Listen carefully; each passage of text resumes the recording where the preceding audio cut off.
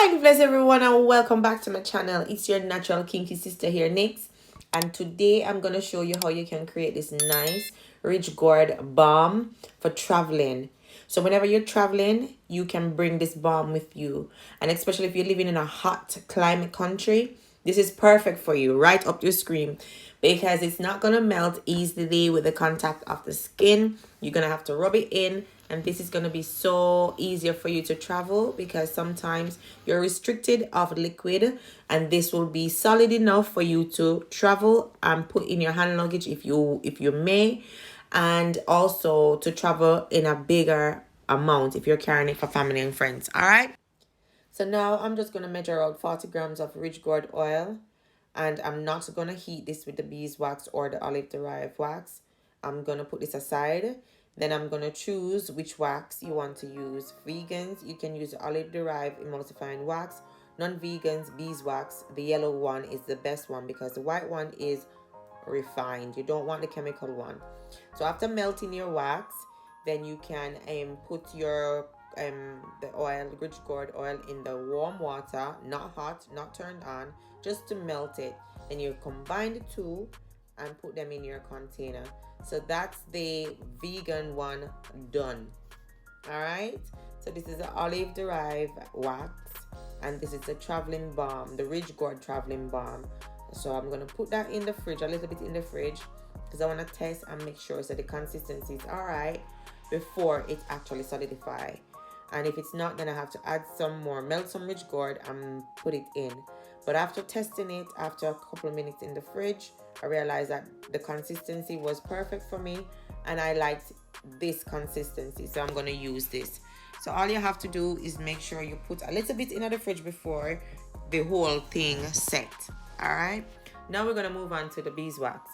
So I'm gonna use around I think it was around 7 grams of beeswax, and I'm gonna use the same amount of rich gourd, 40 grams, but I'm not going to heat them up together. I'm gonna do them separately. And because I wanted to add a little bit, the angel number, I wanted to show you 111. Every time I formulate, guys, I get angel numbers. If it's 111, 222, 333.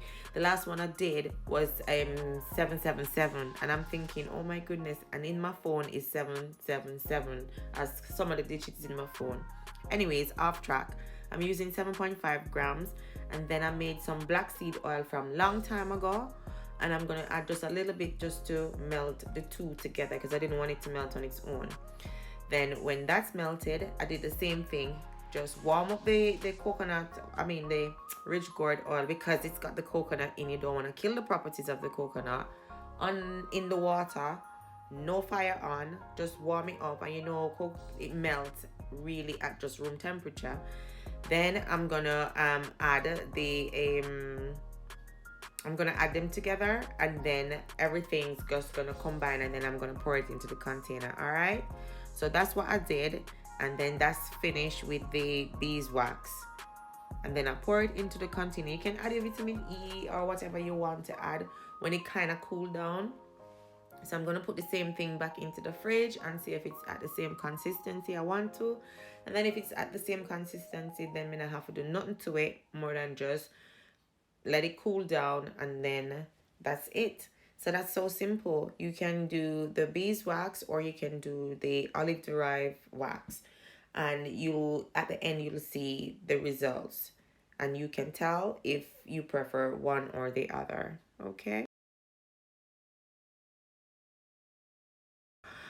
Before you travel, you always remember before you travel to try and keep the balm in the refrigerator before you travel, because that will keep that coolness and it will solidify more and keep everything together. I'm going to show you what happens, how it looks at room temperature.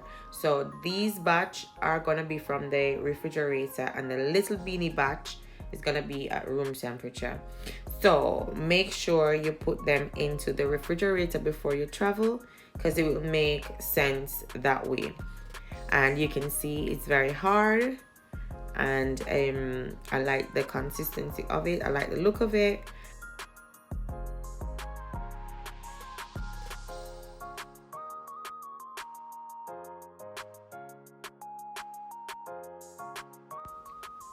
So we're just gonna try it now and see if it's any different to, and as I said, it's similar.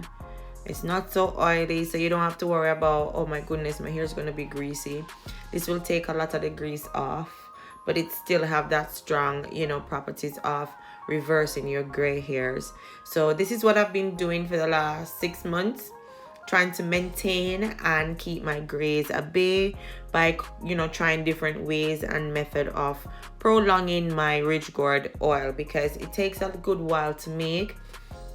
So when I do make it, I try to implement it in different, you know, products to keep going. So I try to implement it in the oil, the butter, the shampoo, the conditioner. Now I'm doing the balm, and I'm telling you, it works. All right.